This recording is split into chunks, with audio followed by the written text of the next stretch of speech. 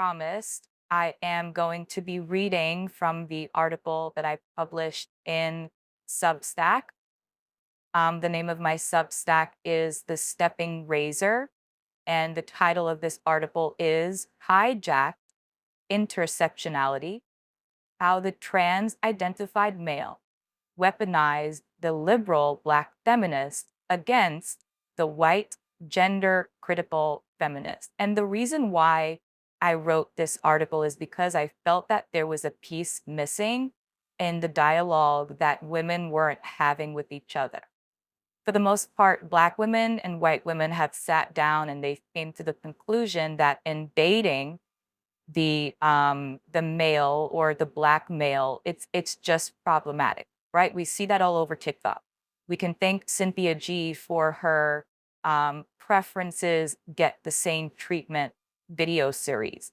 Women are now comparing notes when it comes to men, and they're all getting the same man.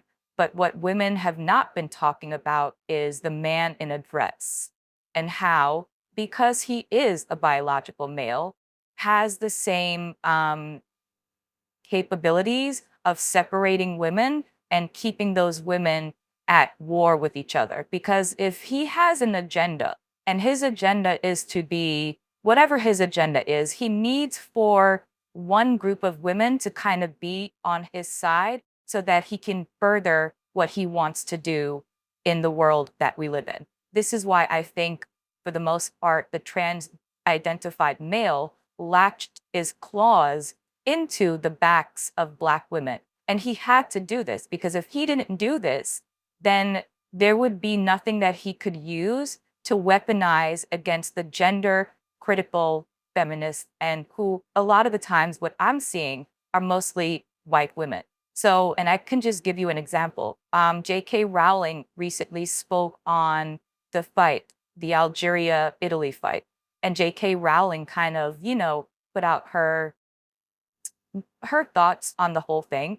And this guy, I think his name is Jeffrey something or another, he decided to make a video and claim that J.K. Rowling was taking opportunities away from women of color so that she can further her hatred as a white, powerful woman. Mind you, this is a white man.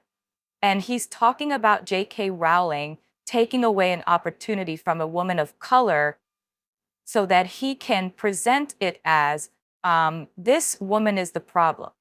I, the male, and the male in this situation, which is the boxer, who is a man, we're not the problem. The problem is J.K. Rowling and her wanting to take opportunities away. So you see what happens with the biological male? They never take accountability for shit.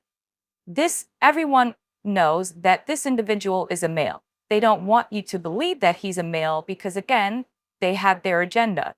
So it has been my opinion that white men and Black men, they kind of do this thing where they pit women against each other. And they pit women against each other by verbalizing the obvious, i.e., J.K. Rowling is a billionaire. How can she be a feminist if she's speaking out against, another woman and that opportunity? But in actuality, the person in question, the reason why there's so much fight is because this person is not a woman. So instead of him saying that, okay, we have an individual who has DSD, which they're talking about, I think they just pulled that out of a book somewhere because it just came out of nowhere. I don't even think Iman said that he had that, but the TRAs on X kind of said, oh yeah, he has this disorder. Anything that comes out, they all pull out their textbooks and they kind of go looking for any chromosomal abnormality to kind of stick on the person in question, right? So they kind of said, well, this person has this disorder and this is the issue. This person was born a woman, A, B, C, D. J.K. Rowling said, no, this person tested it with XY chromosomes and that's it. So instead of the focus being on somebody who's cheating, the focus is on, or the male in this situation, this person, Jeffrey, turned the focus on J.K. Rowling and her verbalizing concern for what's happening to women collectively in sports. So that's something that men do. They call attention to shit that they want you to see and not the truth that you should be paying attention to, which is men are cheating. They're cheating in women's sports. They're getting away from it. They're getting away with it. I'm sorry. They're taking opportunities from women. And that is the bottom line here. Whoever talks about it, whatever package they come in, it doesn't matter if they verbalize their animosity toward what is happening. At the end of the day, they have that right. What rights should not be on the table is the fact that you have men punching women in the face publicly. But this person, this trans-identified person, doesn't really want you to pay attention to that. He wants you to focus on the white woman who is J.K. Rowling and the person of color who he claims J.K. Rowling is against. But it's bullshit. It's bullshit. And this is what men do all the time. They talk in circles. They confuse. They gaslight. They have you pay attention to the trees in front of you and not the forest. They want you to focus on the nuances and not what you should be focused on. And that's just their tactic to further confuse, to further gaslight, to further their agenda. You have to be confused in order for this to kind of work for them. So when I wrote this article about the trans-identified male, this is where I'm trying to get women to kind of put the pieces together. In order for this to work in your brain, you can't have anything exact on the button. You have to be confused because it works better that way. So I'm just going to read a little bit of it. This is going to be a really short video, and I'll read you just like a paragraph or two. And if you do want to read the rest of it yourself, you know, you have to put a Substack, look for the Stepping Razor, and there it is. So I'll start. Okay. This is where I start. Okay, so it says, oh, well, I wrote, her rights as a Black woman within the United States were historically limited. She never really had a space of her own to begin with, and the trans-identified male knew this. So when the discussions arose surrounding the need to protect female spaces, her stance on that topic was mute. The trans-identified male also told her that she, the Black woman, was historically never seen as a woman and therefore should support him. This is what the trans-identified male told her. In support of them, she didn't verbalize any reservations about them wanting to be in her space. She didn't have a space to begin with. She didn't see a big deal about guarding it. She didn't even have room on her lap when she sat down. Everyone sat on top of her, and this was her lot in life. She accepted, coddled, thought, and did this on repeat. She never really had a space, and this is something that he could weaponize against other women, other white women specifically, who had all of their spaces previously, historically protected, because that's what it is. White women have always had that.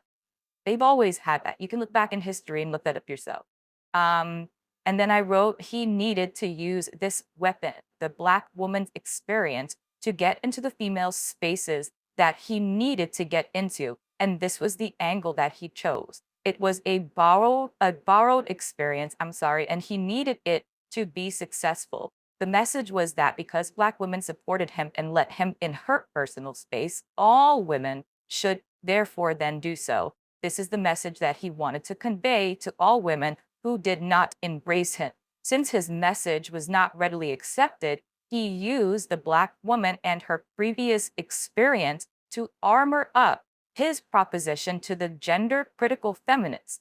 Black womanhood in a society bent on getting her to cater for them is exhausting. The Black woman has to be exhausted. The trans-identified male knew this and took advantage of her ignorance surrounding the history of transsexualism and only presented to her what he wanted her to know. Very clever. He was now going to wear a dress, and he needed her support in that decision. Once he got her support, specifically her, specifically the Black woman, he would be able to get away with using her as his "she accepts me, so you better accept me too" Uno card against other women who were not Black. He could even use her to label those other women bigots and Turks, and that's exactly what he did. But go to Substack, look for the article, subscribe.